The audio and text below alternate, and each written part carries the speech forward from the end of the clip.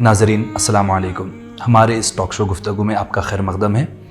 आज का हमारा topic careers in IT sector है, जिसके लिए हमारे साथ एक ख़ास मेहमान हैं। Abdul Quddus sir, welcome to Guftagu. Thank you. गुफ्तगू शुरू करने से पहले अब्दुल कुद्दूस साहब का मुख्तसर से तारुफ करना चाहूँगा। आप उस्मानिया यूनिवर्सिटी से बीटेक में गोल्ड मेडलिस्ट है। आपने मास्टर्स यूनाइटेड स्टेट्स में कंप्लीट किया है। आप पिछले 25 ईयर से आईटी सेक्टर में अपनी खिदमात अंजाम दे रहे हैं। सर, एक बुनियादी सवाल से अपनी गुफ्तगू शुरू करते हैं। उमूमन तौर पे ये देखा जाता है कि कंप्यूटर साइंस और इंफॉर्मेशन टेक्नोलॉजी ये एक सिनोनिम के तौर पे इस्तेमाल किया जाता है। क्या can you please share with us the difference और सिमिलैरिटी क्या है? देखिए, मेरी कैरियर में स्टार्ट किया 1990 में। मास्टर्स इन कंप्यूटर साइंस किया मैं यूनिवर्सिटी ऑफ इलिनॉय शिकागो। सो जब मैं कोर्स ले रहा था तो उसमें 4 या 5 डिफरेंट फ्लेवर्स थे कंप्यूटर साइंस के। एक तो मैं जो लिया था कंप्यूटर साइंस एंड इंजीनियरिंग था, तो इसमें ज़्यादा हार्डवेयर भी था और सॉफ्टवेयर का 2 का मिक्सअप था इसमें। And there was another stream called information technology and they were not, उन लोग ज़्यादा हार्डवेयर और उस पर एल्गोरिथम पे ज़्यादा फोकस नहीं था उनके मेजर्स का। ज़्यादा वो लोग जो है database management, information gathering, how to store the information and what are the different tools and how to parse the data, that वैसा उसमें उनका ज़्यादा फोकस था। वैसे ECE बल्कि आजकल। सो ये सब डिफरेंसेस थे, सटल डिफरेंसेस थे, मगर ओवर द ईयर्स ये डिफरेंसेस बहुत थिन हो गए, इसमें ब्लर हो गए। बट आजकल क्या है, हम लोग, हमारी कंपनी जैसे हम लोग एनी डिसिप्लिन को ले लेते, क्योंकि हम ये बिलीव करते कि उनको 6 मंथ्स 1 ईयर ट्रेनिंग देने के बाद हमको जैसा चाहिए वैसा मोल्ड कर सकते हैं। अच्छा, तो ये डिफरेंस उतना ज़्यादा नहीं है।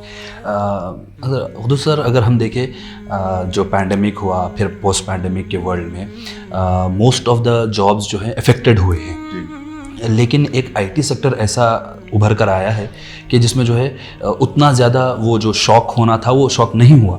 तो कैन यू प्लीज़ शेयर कि इसके अंदर करियर अपॉर्चुनिटीज़ क्या है बच्चों के लिए? देखिए, पैंडेमिक एक बहुत बड़ा रिवॉल्यूशन है आईटी इंडस्ट्री के लिए। थोड़े दिन पहले मैं कार्टून देखा था जी, digitization is not possible by a CEO but it is made possible by the pandemic. तो आप लोग देखे हैं जी, जैसा हमारे वाइफ जो है नॉर्मली स्टोर पे जाके लाते थे ग्रोसरी, अब उन्होंने भी सीख गए कि बिग बैग सेट से कैसे लाना मोबाइल फ़ोन पे। सो इसका मतलब ये है कि हर आदमी जो है जितना हो सका कॉन्टैक्टलेस, डिस्टेंसलेस काम करना चाह रहा। तो इसकी वजह से जो है ज़्यादा से ज़्यादा अपॉर्चुनिटीज़ बढ़ गए कंप्यूटर साइंस में, और अब जॉब्स इतने खुल गए हैं और अनइमेजिनेबल अपॉर्चुनिटीज़ है आजकल। सो ये industry almost more than double हो गई है पैंडेमिक के बाद। हमको जो है हमारी स्ट्रेंथ, कंपनी की स्ट्रेंथ डबल कर दी आईटी में। तो इंशाल्लाह बहुत अच्छा फ़ायदा होगा।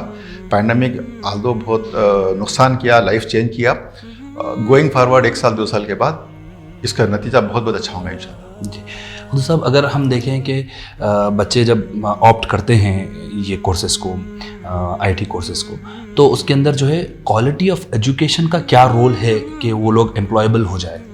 देखिए, अभी मैं ऑलमोस्ट 30 ईयर से आईटी इंडस्ट्री में हूँ। मैं टेलीकॉम इंडस्ट्री में काम किया, सॉफ्टवेयर डेवलपमेंट में। तो हम लोग जब हायर करते, हम बहुत पर्टिकुलर है कि उनके कॉन्सेप्ट बहुत क्लियर रहना स्टूडेंट के। We are not looking for lot of experience in database management, lot of experience in tools की हमको ज़रूरत नहीं। जो बच्चा शार्प है, जिसके एकेडमिक रिकॉर्ड्स बहुत अच्छे हैं, उनको हम राइट अवे चूज़ कर लेते हैं। और क्वालिटी एजुकेशन बहुत इंपॉर्टेंट है, क्योंकि आजकल जो है हमारे ज़माने में, मैं फॉर एग्जांपल मैं जब उस्मानिया से पास किया था, उस्मानिया में जब एडमिशन लिया था, पूरे AP में जो है हार्डली 3 इंजीनियरिंग कॉलेजेस थे, उस्मानिया के और JNTU के। तो हमारा सिलेक्शन बहुत मुश्किल हो गया था। बहुत आउट ऑफ 12,000 स्टूडेंट्स सिर्फ 600 बच्चों को एडमिशन मिला। जब आजकल क्या है, बुला बुला के एडमिशन दे रहे बराबर, मगर क्वालिटी ऑफ एजुकेशन उसमें जो है आउट ऑफ 100 ना बिल्कुल 10% बच्चे रियली वर्थ है। क्योंकि बहुत सारे इंजीनियरिंग जो कॉलेज में, डोनेशन कॉलेज में स्टाफ नहीं है, करिकुलम पूरा नहीं करते, सही तरीके से डेवलप नहीं करते बच्चों को, तो वैसी पढ़ाई लेना नहीं लेना वेस्ट है मेरे ख्याल से।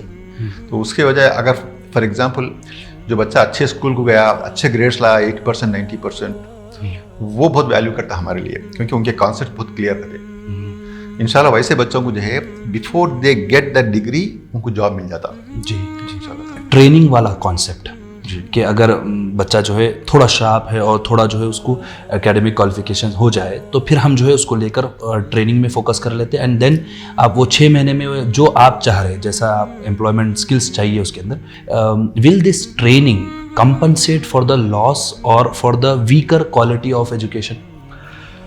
मैं थोड़ा मिक्स्ड फीलिंग है मेरे ख्याल से। जी, weaker quality of education make up करना बहुत बहुत मुश्किल है। बहुत मुश्किल। Quality of education right from first to intermediate बहुत सॉलिड रहना बहुत ज़रूरी है, क्योंकि वैसे बच्चों को जो इनका एजुकेशन सॉलिड नहीं है उनको ट्रेन करने के लिए बहुत मुश्किल लगता है। वो लोग पिकअप नहीं करते, उनकी ग्रास्पिंग पावर अच्छी नहीं रहती। जी, जो बच्चे अच्छे स्कूल को गए, अच्छा पढ़े, मेहनत करके पढ़े, अच्छे कॉन्सेप्ट स्ट्रांग है, उनको हम लोग 6 मंथ्स की ट्रेनिंग के लिए लगाते हैं, मगर 4 मंथ 3 मंथ में पिकअप कर लेते हैं वो लोग। अच्छा। अभी मेरे पास एक बच्चा आया वेल्लोर इंस्टीट्यूट ऑफ टेक्नोलॉजी से, जी, मनीष। हम उसको हायर किए एज एन इंटर्न 6 मंथ्स के लिए, बट 4 मंथ्स के बाद उसको परमानेंट कर दिया हम। क्यों कि 4 मंथ्स में वो लोग पूरा क्वालिटी QA टेस्टिंग पूरा सीख गया, पूरे टूल्स सीख गया। वो जो आदमी 6 इयर्स का एक्सपीरियंस था उसके ऑलमोस्ट एट पार हो गया वो।